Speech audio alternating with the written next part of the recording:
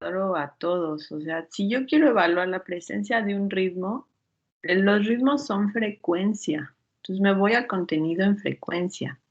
¿Ok?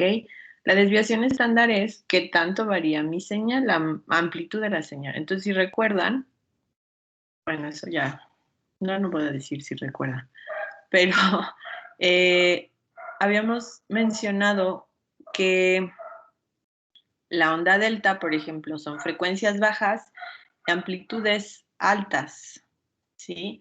Conforme voy aumentando en frecuencia, la amplitud va disminuyendo. Eso es algo que es un comportamiento, digamos, general.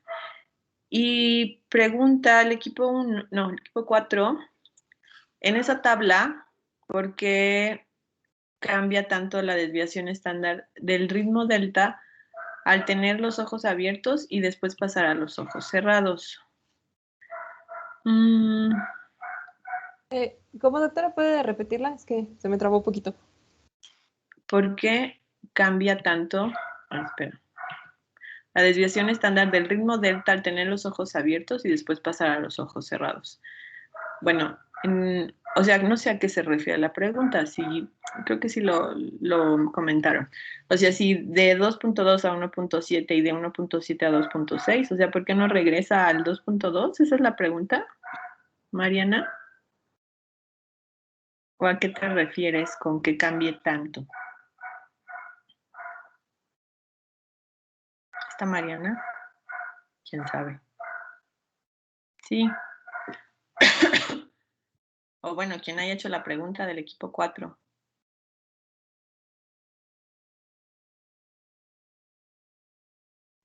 Voy a poner mi música. Sí, a eso. ¿Por qué no regresa al valor anterior? Sí lo comentaron. ¿Sí escuchaste que comentaron? Se me trabó un poquito, que estoy teniendo fallas con el internet, pero ya checo la clase y voy a ver por qué. No, a ver, ¿le pueden repetir por qué sería? ¿O por qué, cómo le contestarían esa pregunta? Que sí lo comentaron. Tal vez no particular, no recuerdo si para el ritmo delta. ¿Equipo? Sí, doctora. De hecho, bueno, sí lo comentamos. Hacíamos referencia de que, bueno, en delta se presenta cuando se tiene principalmente en sueño profundo. Entonces, los valores de amplitud son mayores cuando se tiene una actividad mental por concentración con los ojos cerrados. Es por eso de que, bueno, en el tercer segmento, como tiene los ojos cerrados, incrementa el valor que se obtuvo. Ahí en ese comentario, o sea, cuando yo tengo actividad mental, espero ver el ritmo delta. ¿Están segurísimas? No, al contrario, o sea, no es muy presente cuando se tiene o sea, el ritmo de alta se presenta más que nada en sueño profundo, pero en este caso se observa de que en realidad de pasar de los ojos abiertos a los ojos cerrados incrementa por el simple hecho de que ya no está recibiendo el estímulo y se está concentrando en una actividad específica, como en este caso sería pues la operación matemática. Está Es igual. Bueno, a ver, continúen. No, igual nada más iba a decir de que lo mismo que dijeron, de que no, esto no es que sea presencia, porque si nos fijáramos, el delta en este caso sería de baja amplitud, entonces no debería estar muy presente por lo del sonido ligero. Nada más es baja amplitud, baja frecuencia, alta amplitud y ya. Exacto, lo que quieren, la desviación estándar no les dice, o sea, con la desviación estándar estás viendo cómo varía en los diferentes ritmos, pero no quiere decir que aumente o disminuya el ritmo. En general, lo que ustedes ven en ojos abiertos disminuye, bueno, ahí por ejemplo en teta no disminuye la amplitud, ¿no? Pero tienen un valor muy cercano, 0.9 y 1.1. Pero lo que yo debería o esperaría ver es que disminuya la amplitud de todos en general. Y cuando los vuelvo a abrir, aumenta por la parte de sincronización y desincronización, independientemente de que se va a ver a notar más en un ritmo que en otro ritmo, ¿ok? ¿Eso es claro para todos? ¿Sí? ¿Qué información me da la desviación estándar y qué información me da el contenido en frecuencia? Hay una pregunta, a ver si la pueden contestar. Si tengo los ojos cerrados y realiza la persona una actividad mental con los ojos cerrados, quiero pensar que así es la pregunta, y se le aplica un estímulo como una luz a los ojos, ¿qué esperarían ver en la señal?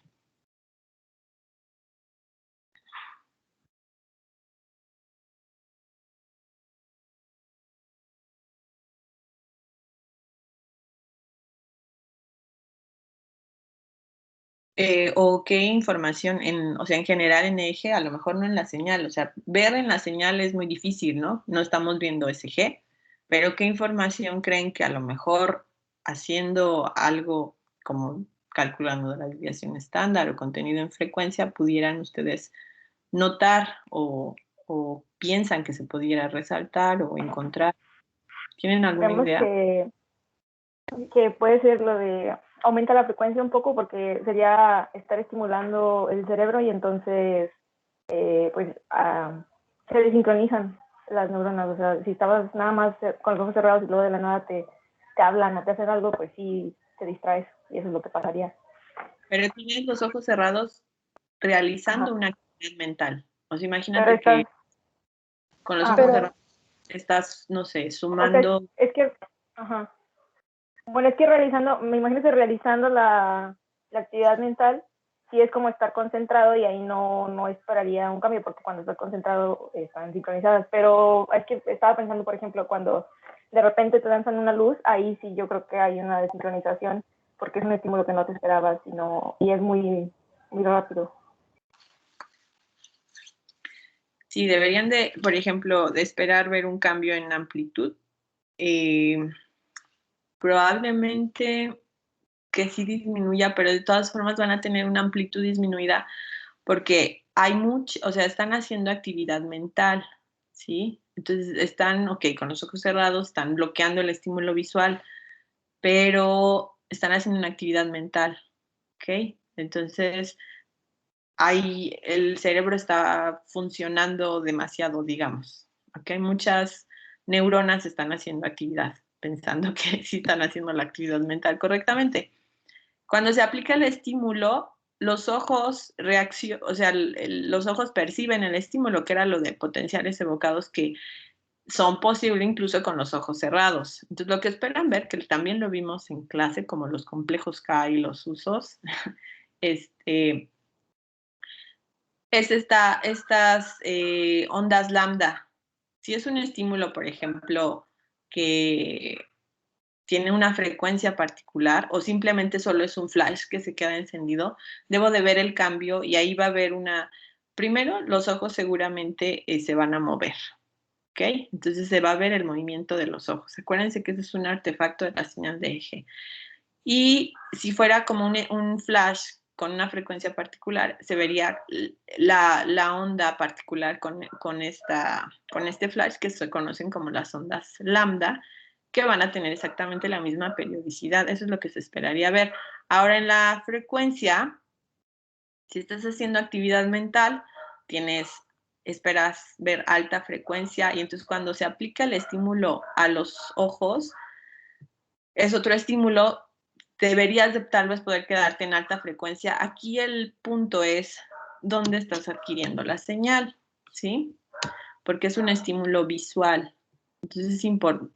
El eje es, todas las señales son muy interesantes, pero el eje digamos que es complejo porque son infinidad de estímulos que tienes que considerar, ¿no?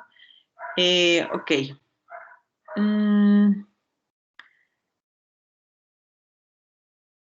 Preguntan que esta también es como, bueno, al aplicar Fourier, ¿por qué se aplica? Espero que lo hayan hecho. La tarea era, sí les especifiqué, escogen una maniobra y aplican la transformada de Fourier, ¿ok?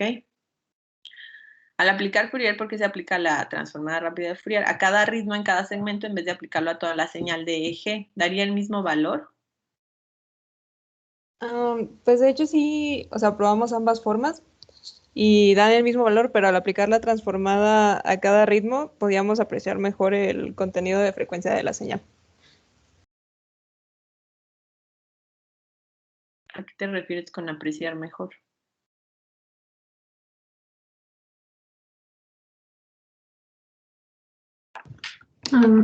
Bueno, es que por ejemplo cuando la aplicamos a la señal completa teníamos, no se veía por ejemplo un solo pico, sino que había diferentes picos y estos estaban como que distribuidos por ejemplo en los rangos de frecuencia que tenemos en los ritmos, por ejemplo de 0,3 o de 4,7. Entonces, en ese momento, para poder saber cuál era la frecuencia pico en cada ritmo, teníamos que ir como por rangos de frecuencia y ahí checar, revisar cuál era nuestra frecuencia pico. En cambio, cuando ya tomamos, por ejemplo, nuestro ritmo alfa en un segmento determinado y le aplicamos Fourier, ya teníamos un solo pico en el rango de las frecuencias, pues ya estaban delimitados y nada más ya teníamos un solo pico. Y ya no era necesario de que teníamos que irnos como rango por rango, sino como en un máximo de todos los valores de la frecuencia, pues un solo pico. Es una buena pregunta porque cuando ustedes calculan el eje la transformada de Fourier del eje, de todo el eje, de toda la señal, por ejemplo, cuando estaba en actividad mental o en actividad aritmética, van a ver la presencia de todo el contenido en frecuencia, es decir, de todos los ritmos, ¿ok? Porque es todo el ancho de banda, el eje, por ejemplo, de 0.5 a 100, ¿ok? Cuando hacen la transformada de Fourier de un solo ritmo, de alfa, ahí están limitando la frecuencia, porque alfa ya está filtrado de 8 a 13, es decir, antes de 8 y después de 13 yo espero no ver en contenido en frecuencia porque la señal ya está filtrada. ¿Ok? Esa es la diferencia. Si yo calculo la transformada de Fourier de toda la señal de eje, ahí voy a ver información de todas las bandas. Si solo se lo aplico al ritmo, solo voy a ver la información del ritmo, pero eso no quiere decir que aquí tengo alfa, pero no sé si, por ejemplo, tengo poca información en beta o en teta. Y eso sí lo puede ver en todo si aplico la transformada de Fourier de todo del eje, entonces las dos son válidas, pero obviamente tendría que calcular la transformada de Fourier, sí, de todos los ritmos y no de uno solo. Y tendría que ser información que es equivalente, es decir, si aquí veo un pico en alfa, no puede ser que cuando lo saco individuales el contenido en frecuencia sea mayor en delta. Si no, debe de cuadrar la información. ¿Sí es claro?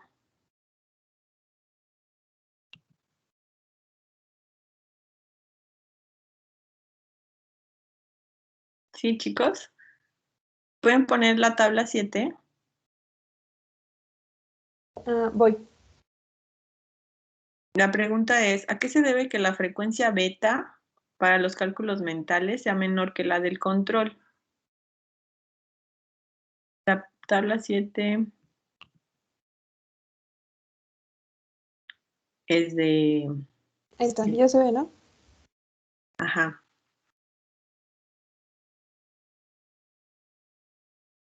Pero ahí están haciendo... No, yo creo que está mal la pregunta. Pero así dice. ¿A qué se debe, en la tabla 7, a qué se debe que la frecuencia beta para los cálculos mentales sea menor que la del control?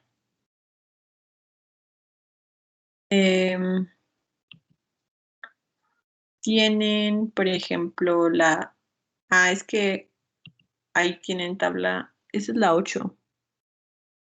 Ay, perdón, estaba muy juntito el... La tabla 7 sí es la de las frecuencias. Ujú. Y entonces ahí en beta tienen en control 21.7 y en cálculos 19. Entonces pregunta por qué. Pero esa es con la transformada de Fourier. Y con el FREC le sale como esperaban, ¿no? O no sé, contéstenme, ¿qué es lo que esperan? ¿Qué es lo que esperan, Susana? ¿Cómo, doctora? Es que no entendí. ¿Por No qué, entendí lo que dijo ahorita. por qué en beta, en la tabla 7, hay una menor frecuencia para cálculos mentales que en control? Ah, pues creo que es lo mismo que ya había mencionado mi compañera Victoria, que pues como bueno, en esa parte se están realizando operaciones mentales, se tiene pues una actividad síncrona y pues eso hace que nuestra frecuencia disminuya. Sí, sí se refiere a eso, ¿no? O sea, en los cálculos mentales yo espero que la frecuencia disminuya.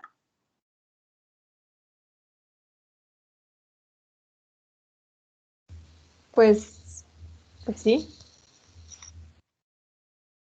Porque la actividad se sincroniza. Pues es que a nosotros también nos pareció algo extraño, pero fue la forma en la que encontramos, o sea, fue la única forma en la que nos lo pudimos explicar. Bueno, o sea, si tengo dudas, investigo. Y lo vimos en clase también. Cuando o sea, cuando tengo actividad mental como cálculos mentales, yo no espero que la frecuencia disminuya. Por eso es la pregunta de su compañera o compañero. Quiero pensar. El equipo 5. O sea, yo esperaría ahí, ¿cuál es el resultado esperado? ¿El de la función Freq o el de la transformada de Fourier en la banda beta?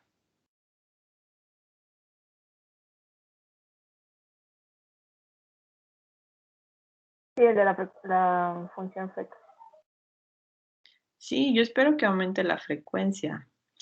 ¿Cuál es el detalle? Que ustedes calcularon el máximo, y está bien, es una práctica y no es un curso de procesamiento de señales. Eh, este, Aquí y obviamente FREC, como también ustedes lo dijeron, solo lo están haciendo en un ciclo. Probablemente sí, pero se espera que sea, por ejemplo, no me acuerdo si se les pedía que lo sacaran en varios, si calcularan el promedio o lo sacaron en uno solo. No, No, la era práctica uno nada más pedía solo, que nada fuera más un solo pedía uno. ciclo. Ajá, Ay, y una arbitrario. ¿cómo fue? Que la práctica nada más pedía un ciclo. O sea, de hecho sí pensamos hacerlo en más, pero nos quisimos apegar a las indicaciones. Sí, o sea, pero lo que se esperaría, por ejemplo, si lo hicieran para 5 o 10 ciclos, esperarían valores que fueran cercanos, es decir, no esperaría una desviación estándar muy grande entre ciclos. Ahora, para calcular el contenido en frecuencia en las bandas, con la transformada de Fourier, lo más apropiado es calcular el área bajo la curva de toda la banda, ¿ok? Pero eso ya tendrían que hacerlo en MATLAB. No estoy segura si Biopac tiene esa función. Creo que no. ¿Sí? Esa sería la forma adecuada y es la forma en la que se hace cuando ustedes reportan bueno, tampoco es, lo que se hace es calcular la densidad espectral de potencia de la señal y se reporta de su espectro que tenían, si lo vuelven a poner, se calcula el área bajo la curva, ¿sí? De su transformada de Fourier. Seguramente si la calculan como, o reportan sus valores como el área bajo la curva, yo esperaría ver un aumento de frecuencia en cálculos mentales. Eso les tiene que quedar muy claro. ¿Cuándo aumenta frecuencia? ¿Cuándo disminuye? ¿Por qué aumenta la frecuencia? ¿Por qué disminuye? ¿Por qué puede aumentar la amplitud? ¿Por qué puede disminuir la amplitud? Eso debe de ser muy claro para todos, no para solo los de la práctica. ¿Sí? ¿O hay preguntas con respecto a eso?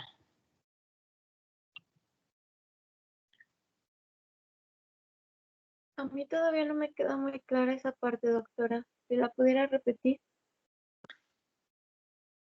Los ritmos están a diferentes frecuencias, ¿ok? Entonces, cuando yo empiezo a tener mucha actividad mental, es decir, si estoy dormida, sí tengo actividad mental, pero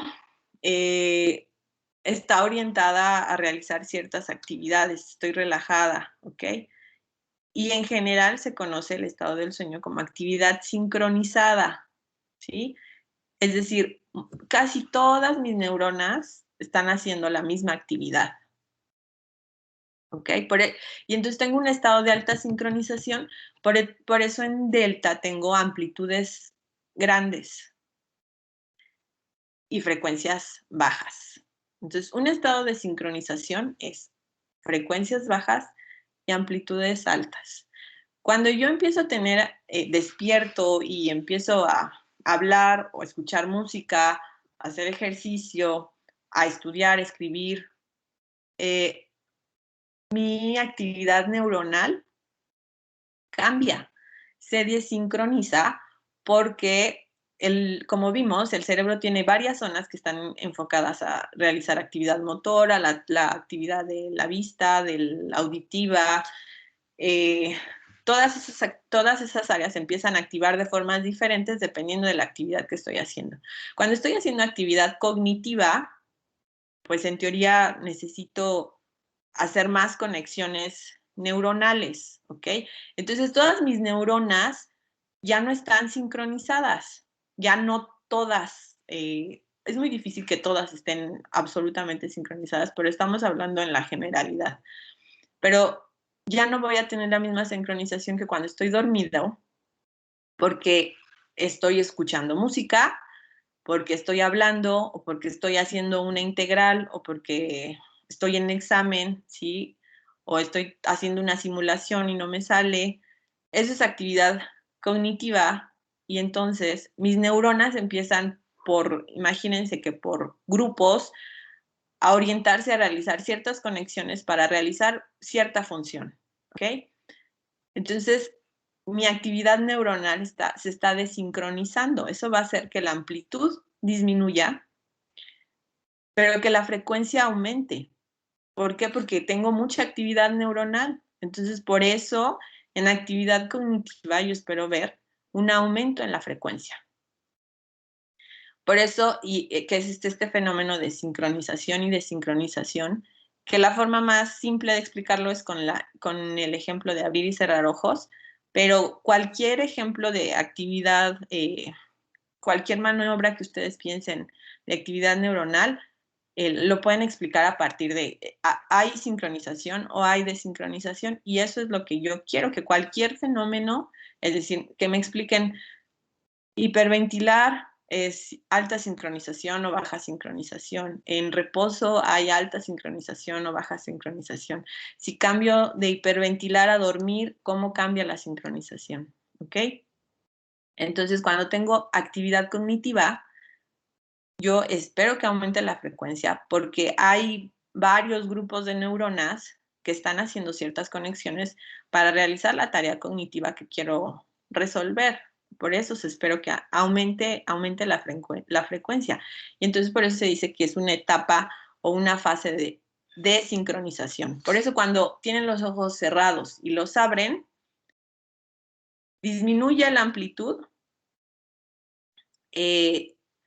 Debería de haber un ligero, ahorita nos vamos a esa tabla, deberían de haber un ligero también aumento en frecuencia, tal vez no tan marcado, pero debería de verse porque también hay desincronización, porque llegan otros estímulos, llega el estímulo visual y entonces todas mis neuronas que, imagínense que están cerrados los ojos y están además meditando, ¿no? O sea, están en un estado de concentración, porque pues es la meditación, no sé si se podría definir como un estado de concentración, pero sus neuronas tienen, digamos que actividad semejante, ¿ok? Y cuando abren los ojos, llegan los estímulos y esa actividad semejante ya no va a prevalecer porque por lo menos al grupo de neuronas que están en la parte occipital tienen que procesar la información que están viendo, ¿ok? Tiene que ser procesado el estímulo visual. Y entonces eso genera desincronización y debería de verse un ligero aumento en la frecuencia. ¿Lo vieron? Pongan sus tablas de abrir y cerrar ojos. ¿Lo vieron, equipo? ¿Se ve un aumento en frecuencia? Equipo. ¿Me escuchan? ¿O estoy hablando sola? Chicos. ¿No me Sí, se escuchan? ve. Doctora, sí. Sí, Sí se ve un aumento en la frecuencia. En la frecuencia. Casi me aviento porque así de no escucharon nada de mi explicación. ¿Qué tabla es? ¿La pueden poner? ¿La de abrir y cerrar ojos de frecuencia? Sí, es la 5. Ya las tengo aquí, doctora.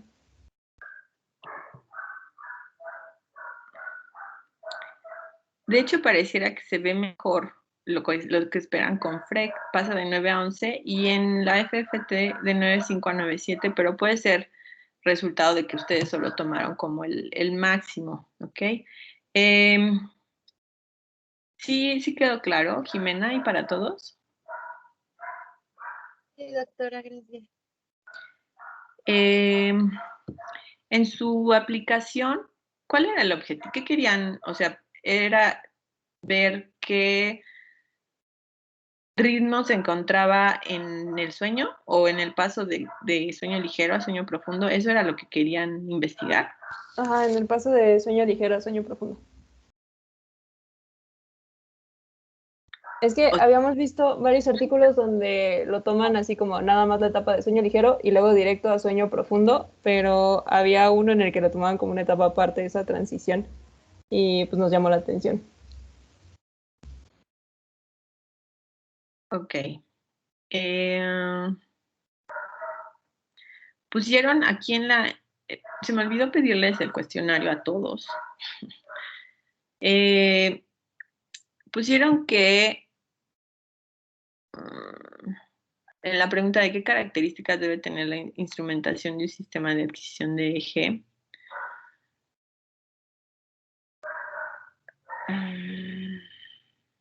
Y pusieron un filtro de bajas frecuencias de 1 Hz y de 50 a 70. ¿Y esa sería su respuesta? O sea, tengo una etapa de amplificación, preamplificación y filtrado de 1 a 50 Hz, por ejemplo, y listo. Bueno, ahí tal vez nos faltó agregar la parte del procesamiento de la señal para poder visualizar adecuadamente los ritmos, porque pues si no, o sea, si nada más tenemos nuestra señal de eje, pues no vamos a poder en realidad adquirir mucha información. No, o sea, cuando yo les pregunto sobre un sistema de adquisición de eje, la pregunta es eso, adquisición, no procesamiento. El calcular los ritmos, eso ya es procesamiento. Cierto que podrían tener un filtro analógico y ver cada ritmo, ¿no? Pero en realidad tampoco el ritmo, bueno, sí les da información de si aumenta o disminuye la amplitud, pero lo que les da información realmente es el contenido en frecuencia de la señal. Por eso ya es procesamiento generalmente digital de la señal. Entonces, esa sería su respuesta completa. O sea, haciendo un lado los... que falte el aislamiento y la toma de tierras para que no meta ruido la señal de 60 Hz, por ejemplo. ¿Cuál es la toma de tierra? Es una... O sea, es para desviar el ruido de la instalación eléctrica. La verdad, no se lo puedo explicar bien, pero es para eso. Mal, chicas, muy mal, porque el mismo sistema de adquisición de eje, es decir, las partes fundamentales que vimos para ese eje, eso lo replico para todas las señales. Por eso les digo que si ustedes salen de este curso y no saben que tiene un sistema de adquisición y pasaron, me dicen para cambiarles la calificación. No, el sistema de adquisición es completo. Tengo que tener mi protección contra transientes, tengo un amplificador de instrumentación. Cuando en este curso me dicen amplifico, puedo amplificar con un inversor, con un no inversor. Tengo que decir amplificador de instrumentación, ¿ok? Porque lo conocen y saben qué ventajas tiene. Pues tengo que decir amplificación de instrumentación. Tengo un manejador de referencia, que para el SG es manejador de pierna derecha. Lo tengo para MG, lo tengo para eje, principalmente para eje.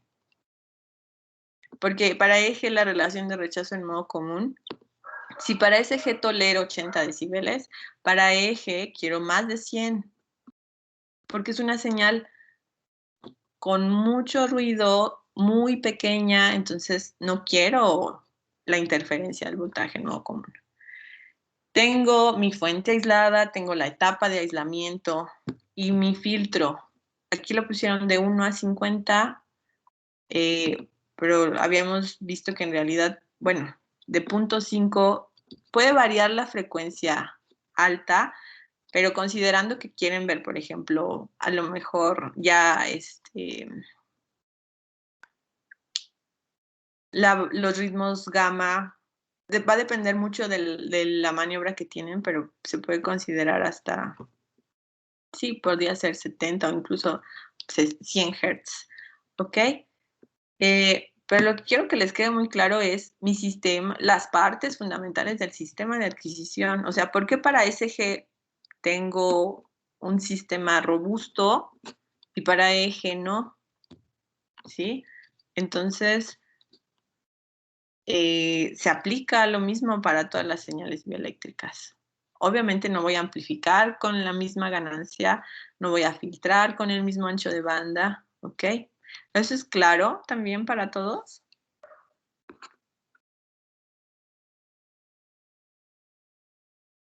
¿Sí o no? Si tuvieran que, es decir, el EMG, el eje también lleva su manejador.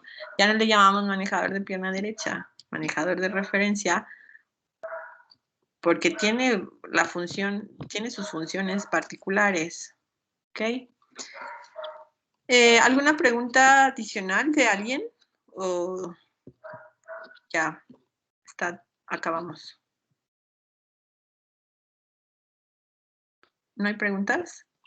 Bueno, les voy a dejar, como no les dejé el cuestionario y como ya lo contestaron sus compañeras, la parte de sincronización y desincronización sí se entiende, pero también pues ya se las expliqué, entonces espero que ya haya quedado esa parte de cuándo es sincronización y cuándo es desincronización, lo del sistema de adquisición, lo de los ritmos,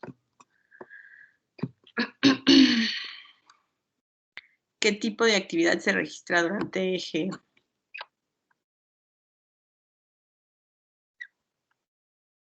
Les falta completar esa respuesta. Cierto que yo veo información de potenciales de acción y potenciales postsinápticos, pero en realidad los que me participan más, ¿cuáles son? ¿Equipo? ¿O ambos? Son más los postsinápticos. Ok, entonces en realidad veo información de potenciales postsinápticos. Sí, de actividad sincronizada.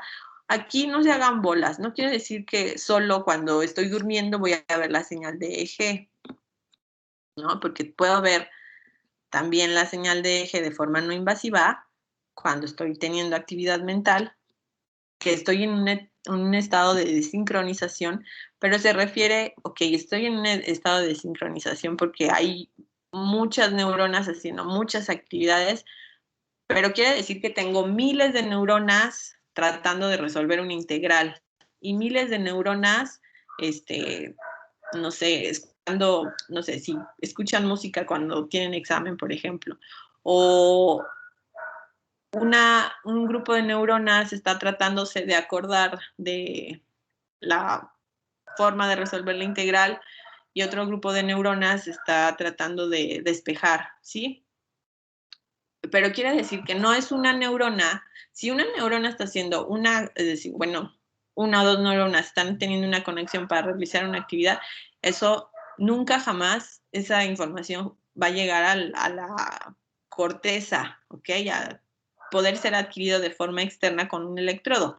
Quiere decir, actividad sincronizada es que muchas neuronas están haciendo la misma actividad para que pueda verse reflejada, pasar todas las capas, el cráneo y todas las capas del cerebro y llegar al electrodo externo. A eso se refiere actividad sincronizada. Eso es claro, no se confundan con las diferentes maniobras que me crean sincronización y desincronización. Entonces tengo que tener actividad sincronizada porque si no, no llega al electrodo que está de forma externa, ¿ok? Que es así como lo pusieron, que es la actividad de miles de neuronas, ¿ok? ¿Y qué más falta? Ahí esa respuesta está incompleta.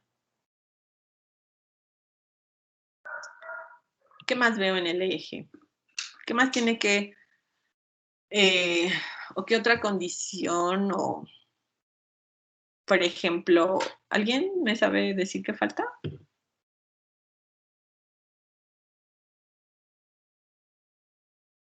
¿No?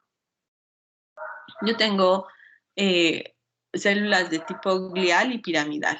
Para que la información que llega a la capa externa del eje no invasivo es actividad de células piramidales. ¿Ok? ¿Por qué? Porque es la actividad que genera dipolos, ¿no? Las de las gliales se anulan porque están todas cruzadas y las otras están paralelas. Y la otra es que tienen que ser información a nivel cortical, ¿ok? De miles de neuronas, pero a nivel cortical.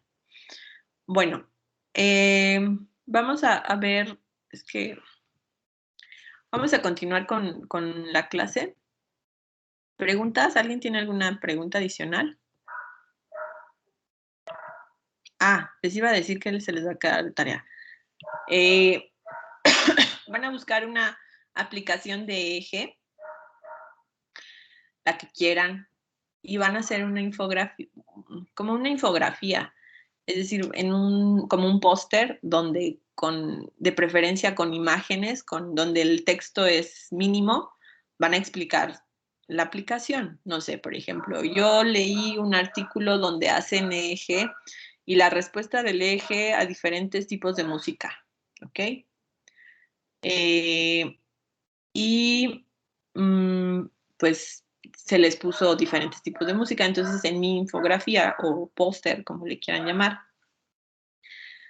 tendré que explicar eso o sea, el póster es eso, una mayor cantidad de imágenes y el texto reducido a muy pocas frases. Eso no quiere decir que se requiera texto, sí se requiere, y obviamente tiene que ser claro, es decir, la idea debe de ser clara, no forzosamente alguien me lo tiene que explicar. En el momento que alguien me lo tiene que explicar, pues ya no cumple su función. Sí es claro que hay que hacer, se los voy a poner en Didactic, por eso lo tendrán que hacer. Para el siguiente martes, preguntas de esa actividad y ponen obviamente también su referencia. Se los voy a escribir, pero dudas.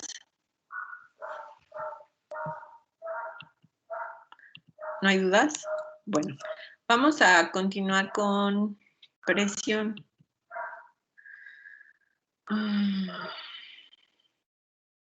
¿Está bien? ¿Seguimos?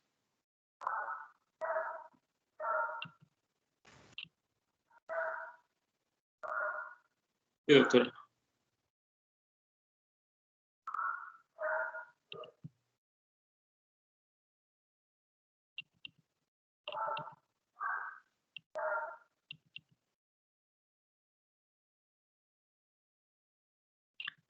Bueno, habíamos estado hablando de esta cuestión de presión, ¿ok? Y habíamos visto esta parte de lo de qué sensores se utilizaban, qué sensores podía utilizar, y habíamos empezado a hablar de la cuestión de cuando yo adquiero la señal de presión de forma invasiva, entonces con un catéter, Y ¿cuáles son las diferencias, por ejemplo, si tengo el sensor intravascular o extravascular? Y cuando lo tengo extravascular, que tengo que hacer un acoplamiento de una columna líquida, que es esta parte de tener el catéter lleno de líquido. Habíamos mencionado que tiene heparina para evitar coágulos de sangre, que tengo características de distensibilidad, de fricción, del catéter y del sensor, ¿ok? Y entonces, que yo puedo tener este modelo del catéter, puedo tener un modelo mecánico, que ya se los había pintado, no lo voy a pintar otra vez, donde voy a estar representando una masa, un amortiguamiento, una constante del resorte, y eso lo paso a un modelo eléctrico. Estoy haciendo un recuento, ¿ok? Todo esto ya lo habíamos platicado. ¿Cómo me queda mi sistema o mi modelo eléctrico? ¿Cómo lo simplifico? ¿Por qué? Porque yo digo que a quien anulo, puedo despreciar la inductancia o la masa del sensor y el amortiguamiento o la resistencia del sensor, ¿ok? Porque van a ser muy pequeñas en comparación con las del catéter. Y entonces mi modelo me quedaba de esta forma. Dijimos, bueno, cómo se podía hacer la analogía mecánica eléctrica de este sistema, que es básicamente lo que tienen, y cómo les va a quedar esta ecuación de segundo grado para resolver. Y teníamos esta ecuación, teníamos mi función de transferencia, resolvimos el circuito en el dominio de Laplace y llegamos a hacer la analogía de mi función de transferencia que encontré con esta función de transferencia que yo había establecido previamente. Y entonces yo había llegado a qué iba a ser K, cómo se iba a comportar la relación entre o con la frecuencia, esta W0, y el término que iba a contener, por ejemplo, a mi amortiguamiento. Habíamos llegado hasta ahí, ¿correcto? ¿O avanzamos más? No, porque hasta ahí nos quedamos. ¿Sí? Sí, pues hasta ahí, doctora. Bueno, y entonces ya encontré que K, lo que estoy haciendo es decir, ok, K es igual a 1, mi numerador, 1 entre W0 es esta L multiplicada por la suma de las capacitancias, y 2 delta, esta 2 delta entre W, que es el término que solo multiplica JW, por eso es R por la multiplicación de la suma de las capacitancias. Donde esta C' hace referencia a la del sensor, ¿ok? Bueno, una vez que yo ya tengo esta relación, la volví exactamente a escribir, todas estas igualdades son las que yo tengo exactamente aquí. Lo que hago es empezar a decir quién va a ser a partir de estas relaciones, quién es mi frecuencia y quién es mi amortiguamiento, ¿ok? Entonces, yo sé que W es igual a 2pi por la frecuencia, en este caso W0 es igual a 2pi por F0, y aquí ustedes tienen 1 entre W0, entonces si la despejan, lo que les va a quedar es que W0 al cuadrado es igual a 1 entre L por C más C. ¿Sí? ¿Me siguen? Lo paso, invierto estos términos. Este lo paso de este lado y este me queda dividiendo, ¿ok? Que sería este término. Cuando yo despejo W0, pues entonces voy a sacar la raíz, que es esta raíz, y aquí voy a tener W0. Pero W0 es igual, o más bien F0 es igual a 2pi por F0, y entonces despejo. Y por eso lo que obtengo, este es el resultado de sustituir este W0 al cuadrado por 2pi F0 y entonces lo despejo. a partir de esta relación. Es lo único que estoy haciendo. ¿Sí? ¿Vamos bien? Y después lo que hago es lo mismo con este término. Ahora voy a despejar el amortiguamiento, entonces voy a tener que el amortiguamiento, ¿quién es? Esta RC por suma de capacitores, que es este término, ¿ok? Este 2 pasa dividiendo, está aquí, y W0 también pasa multiplicando, ¿ok? Pero entonces, ¿quién es W0? 2pi por F0. Entonces, este 2pi se anula porque lo pongo aquí 2pi F0, y entonces tengo este término. Y lo reacomodo. Tengo R sobre 2, y aquí lo que voy a tener es, si este lo incorporo dentro de mi raíz, lo que tendría que hacer, ¿qué me quedaría? Para que quede dentro de la raíz, lo tendría que elevar al cuadrado y se elimina con un término de estos, y por eso me queda solo la raíz de C más la capacitancia prima. ¿Sí me siguen, chicos? Sí, doctora. Ok. Y después, ¿qué es lo que voy a hacer? Regreso al equivalente mecánico. Entonces, F0 tengo 1 sobre 2pi por 1 entre L por la suma de las capacitancias. Entonces, el inverso de las capacitancias es K. Entonces, aquí tengo el inverso de unas capacitancias. Entonces, por eso pongo K. L, ¿quién es? La masa. Entonces, L me queda en el denominador, tengo la masa. Entonces, F0 va a ser igual a 1 sobre 2pi por la raíz cuadrada de K por M. Estoy pasando de esta parte eléctrica, regreso al modelo mecánico. Estoy utilizando estas equivalencias. Y luego para mi amortiguamiento, lo mismo. Tengo D, R sobre 2, R es D, tengo D sobre 2. Tengo L, que es la masa, y tengo la capacitancia. ¿Y la capacitancia qué es? El inverso de K. ¿Ok? Entonces, lo que estoy haciendo es estas ecuaciones, retomo mis equivalencias de la parte eléctrica a la parte mecánica y lo sustituyo. ¿Ok? Y entonces, ahora lo que quiero ver es cómo encuentro los valores, estos valores de la frecuencia, del amortiguamiento. Y yo voy a ver que el valor de K lo puedo obtener si mido la fuerza requerida para producir una flexión, por ejemplo, en un resorte, una unidad de distancia, que es esta, K es la constante del resorte, ¿ok? Entonces, si por ejemplo yo aplico un delta de presión al transductor y mido el voltaje del líquido que se introduce y lo nombro delta B, esta variación en volumen, que es lo que sería, yo voy a ver que entonces K se puede describir de dos formas, como el módulo de elasticidad, que va a ser esta relación E es igual a el delta P, es decir, al cambio de presión con respecto al cambio de volumen,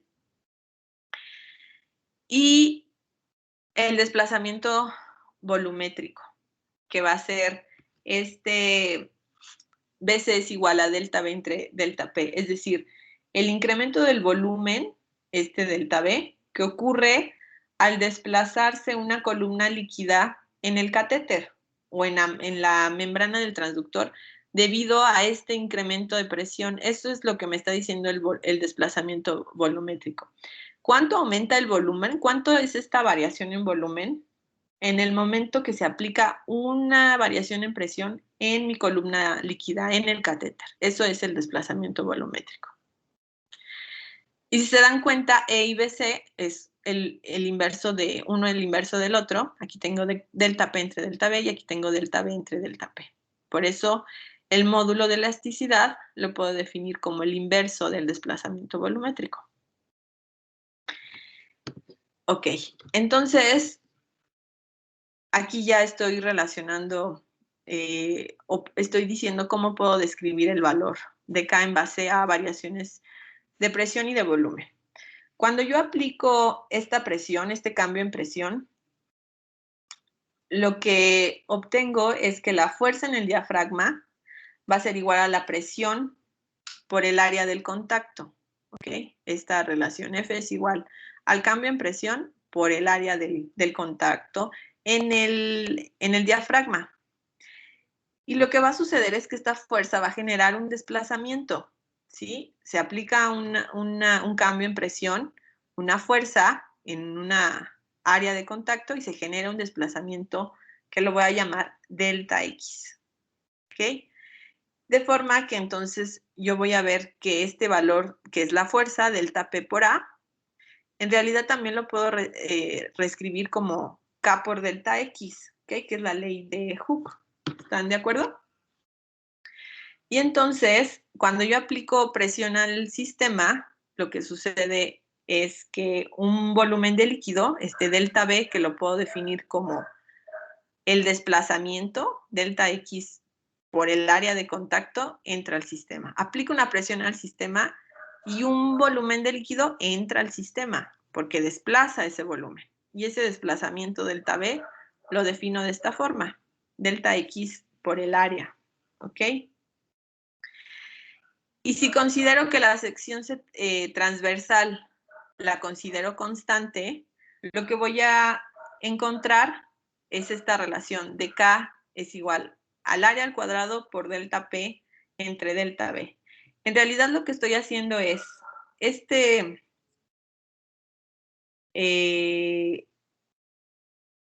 esta relación de delta B es igual a A por delta X. Despejo de aquí delta X, que me quedaría delta B entre A, y lo sustituyo en esta relación. ¿Ok? Entonces me quedaría delta P por A es igual a K por delta B entre A. Sustituyo este delta X. Si yo de esa relación despejo K, entonces me va a quedar delta P por A. ¿Están de acuerdo? Entre delta B, porque lo voy a despejar, por el A. O sea, lo que estoy haciendo es despejarlo de aquí. Por eso me queda A cuadrada por delta P entre delta B. ¿Sí me siguen o quieren que los escriba? ¿Sí me siguieron? Lo que hago... Bueno, a ver si puedo escribir.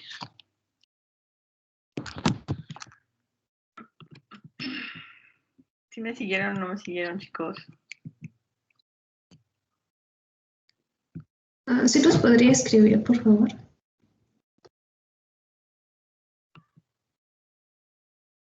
¿Podría escribir?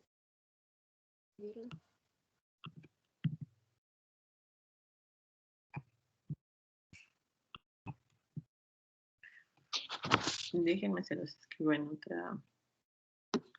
otra pantalla.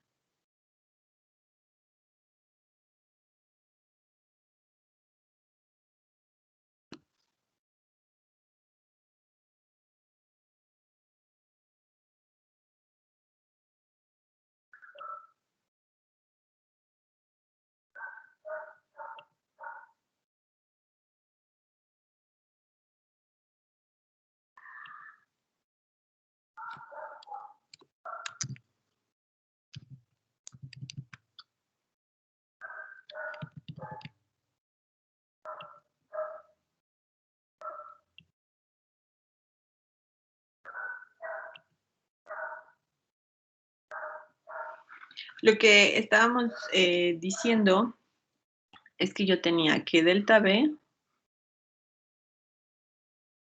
iba a ser igual a el área por el delta X, ¿ok? Ay, qué horror, porque se ve así. La otra expresión que yo tenía es que yo tenía delta P por el área y esto iba a ser igual al valor de K por el delta X.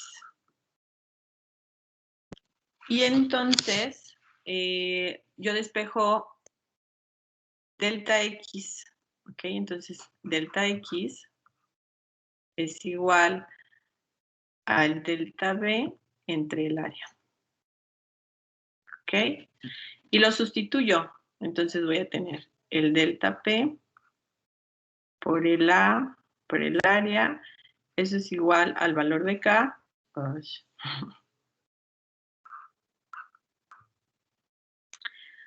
Por delta X, es decir, por delta B entre el área, ¿cierto? Y despejo K, entonces K va a ser igual al delta P por área, ¿ok? Si lo despejo, entonces me va a quedar delta B en el denominador y aquí otra A, entonces voy a tener área al cuadrado. Entonces me queda el área al cuadrado por delta P entre delta B, ¿ok? Que es lo mismo que teníamos, ¿sí? Es lo único que hice. ¿Sí? ¿Quedó claro? ¿Chicos? Sí, doctora. Ok, entonces déjenme regresar.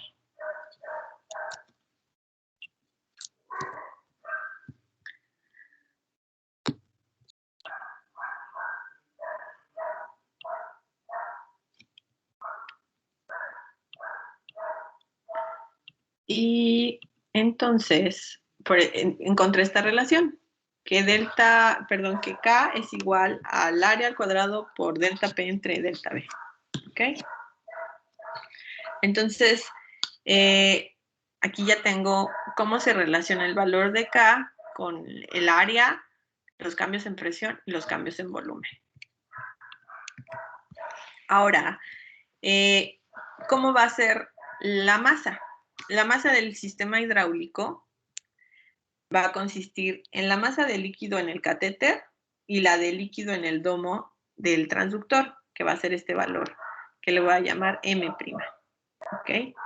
Entonces, si yo tengo una longitud y área interna del catéter, que es esta LC y A, y tengo la densidad del líquido, yo puedo conocer la masa, ¿ok? Va a ser igual a esta LC, que es la longitud del catéter, al área interna del catéter por la densidad del líquido, ¿ok? Ahora, yo voy a considerar que es un flujo laminar en el catéter. ¿Qué significa que es un flujo laminar? Que no hay turbulencias, ¿ok? Entonces, si yo considero que es un flujo laminar, lo que voy a obtener es que una masa de 4/3, el valor de la masa produce la misma energía cinética. De forma que yo voy a tener una energía cinética equivalente, que va a ser igual a esta relación. Es la fórmula de la energía cinética, 1/2 de la masa equivalente por mu al cuadrado, donde mu va a ser la velocidad en el transductor, ¿ok? Es energía cinética. Y eso voy a ver que va a ser igual a 1/2 por 4/3 de la masa, que es lo que estoy diciendo, que se puede demostrar, ¿ok? Multiplicado por ¿quién? Por A mayúscula entre A minúscula, veces esta velocidad en el transductor al cuadrado, más 1/2 de esta masa prima, que es la masa en el transductor, del domo del transductor, por mu al cuadrado. ¿Ok? Entonces, la energía cinética, si ustedes se acuerdan, es igual a 1/2 de la masa por la velocidad al cuadrado, que es lo que yo tengo aquí. Y esto es lo que estoy diciendo, que se puede demostrar que tengo esa misma energía cinética considerando estos 4/3 de la masa. Si yo puedo simplificar esta relación, el 1/2 está de los dos lados de la igualdad, entonces si lo factorizo, se elimina, entonces me queda la masa equivalente, aquí también tengo el mu al cuadrado, y aquí también tengo mu al cuadrado, lo factorizo, entonces me va a quedar que la masa equivalente es igual a 4/3 por A al cuadrado entre A, veces la masa más la masa del que va a estar representando al catéter y la masa que está representando al domo del transductor. ¿Ok? Entonces, esta masa equivalente es la masa equivalente de todo mi sistema. Ahora, ya con esa masa equivalente, lo que voy a hacer es sustituir el valor de K y el valor de M en este F0. Porque aquí yo tengo este valor de la masa equivalente y antes yo encontré este valor de K, ¿ok? Si yo hago eso, que es exactamente esto, tengo el valor de K y el valor de M que encontré, y esta es mi relación de F0. Recuerdan cuando regresé, esta la encontré a partir de mi modelo eléctrico y luego regresé al modelo mecánico. Entonces sustituyo K y M y encuentro la frecuencia de resonancia, ¿ok? Ahora, si recuerdan, dadas las características de la masa del catéter y la masa del transductor, esta es muy pequeña y entonces la masa del líquido en el catéter va a ser mucho más pequeña que la masa del líquido en el domo, entonces la puedo ignorar. De forma que esta podría decir que es 0. ¿Ok? Y entonces lo que estoy viendo es de qué valores depende mi frecuencia de resonancia, esta F0, de las variaciones en presión, en volumen, de las áreas. Esta área era la sección transversal, la mayúscula, la A minúscula era el área interna del catéter y la masa del líquido en el catéter, ¿ok? Yo puedo utilizar las relaciones que mencionamos de, por ejemplo, el módulo de elasticidad o el desplazamiento volumétrico y llegar a estas relaciones. Se los voy a dejar de tarea, les voy a dejar ahí algunos ejercicios de tarea, pero solo es sustituir y considerar ciertas aseveraciones, por ejemplo, que el área consideran que es algo circular, entonces el área va a ser pi por diámetro al cuadrado sobre 4 y entonces ya llegan a estas relaciones, ¿ok? Entonces la frecuencia de resonancia, ¿de quién depende? ¿De estas variaciones? O lo puedo ver en términos del módulo de elasticidad o del desplazamiento volumétrico. Aquí estoy involucrando la definición de masa que yo antes tenía, que era esta, LC por A por Rho. Entonces, en realidad está muy fácil llegar de esta ecuación a estas dos ecuaciones. Pero bueno, lo hacen con calma. Y lo que quiero que veamos es de quién depende esta frecuencia de resonancia. Por ejemplo, aquí esta DC va a ser el diámetro interno del catéter, que es a partir de utilizar estas relaciones de área, que les decía de pi por diámetro al cuadrado sobre 4. La longitud del catéter, la densidad del líquido, el desplazamiento volumétrico, ¿ok? Entonces, lo relevante ahorita es ver de qué factores depende mi frecuencia de resonancia. Entonces, va a depender de las dimensiones del catéter, ¿ok? De forma importante, y de la densidad, por ejemplo, y de este desplazamiento volumétrico. Entonces, por ejemplo, si yo deseo aumentar la frecuencia de resonancia, ¿qué tendría que hacer? Por ejemplo, disminuir, para que este valor aumente, disminuyo el denominador. Entonces, podría disminuir la longitud del catéter, acortar el catéter. O aumentar el diámetro del catéter, tanto como sea posible. Obviamente no puede ser, tiene limitaciones porque es un catéter y va dentro de un vaso sanguíneo, ¿ok? Cuando yo aumente el diámetro del catéter, lo que hago es disminuir pérdidas por energía debido a la fricción que se genera, fricción viscosa. Y además, por ejemplo, yo obtendría frecuencias de resonancia altas con desplazamientos volumétricos pequeños, ¿ok? Entonces, lo relevante en este momento es que vean de qué valores depende mi frecuencia de resonancia, ¿ok? Entonces, para frecuencia, vamos a ver más adelante que yo necesito frecuencias de resonancia altas.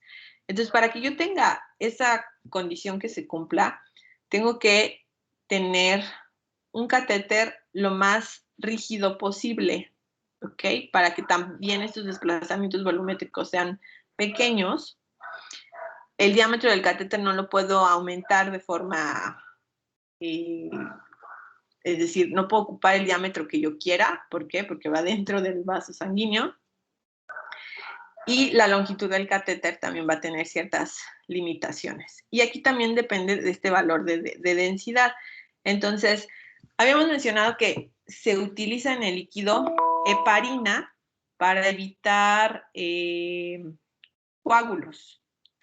Entonces, normalmente se utiliza una solución de agua esterilizada con heparina y este valor de densidad va a ser igual a 1 gramo por centímetro cúbico. Entonces, digamos que no lo puedo modificar mucho. Si yo tuviera burbujas, por ejemplo, se va a modificar este valor de densidad. ¿Sí? Entonces, no quiero burbujas, porque además de que las burbujas causan graves problemas si son introducidas al sistema cardiovascular, modifica mi frecuencia de resonancia. Entonces, por esas dos principales y muy importantes razones, no quiero burbujas. Y ahora el diámetro del catéter, decimos, no puede ser inmenso, porque si no, no entra el vaso sanguíneo. Entonces, el diámetro del catéter debe ser al menos 1/3 del diámetro del vaso sanguíneo. Es lo que tengo como limitación. ¿Ok? Otro aspecto que me puede modificar la densidad, ¿qué creen que sea? Las burbujas y ¿qué otra cosa? La sangre. Si ingresa sangre en el catéter de forma accidental, no debería, porque para eso tiene un flujo inverso lento. Eso no lo había mencionado, pero lo vamos a ver en un diagrama más adelante.